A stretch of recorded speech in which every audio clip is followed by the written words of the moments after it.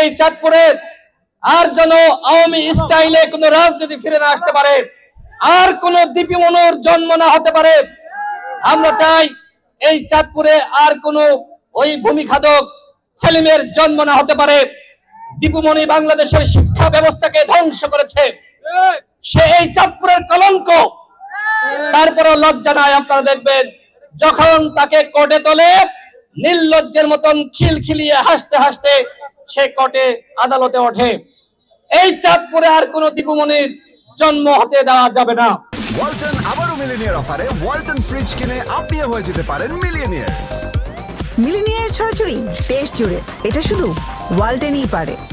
আমরা যে নতুন বাংলাদেশের স্বপ্ন দেখছি, এই নতুন বাংলাদেশ গড়তে হলে আমাদের জাতীয় ঐক্য এবং সংহতির কোনো বিকল্প নাই।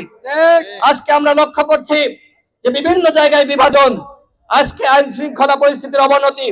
সরকারের কাছে আমাদের যে প্রত্যাশা ছিল এখনো পর্যন্ত সেই প্রত্যাশা পূরণ হয়নি।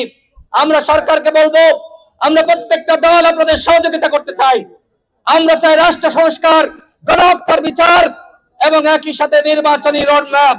আমরা যেটি বলেছি আগামী ডিসেম্বরের মধ্যে ইলেকশন দিতে হবে। ইলেকশন নিয়ে যদি তাল বাহানা করা হয় বাংলাদেশের মানুষ কিন্তু মানবে না।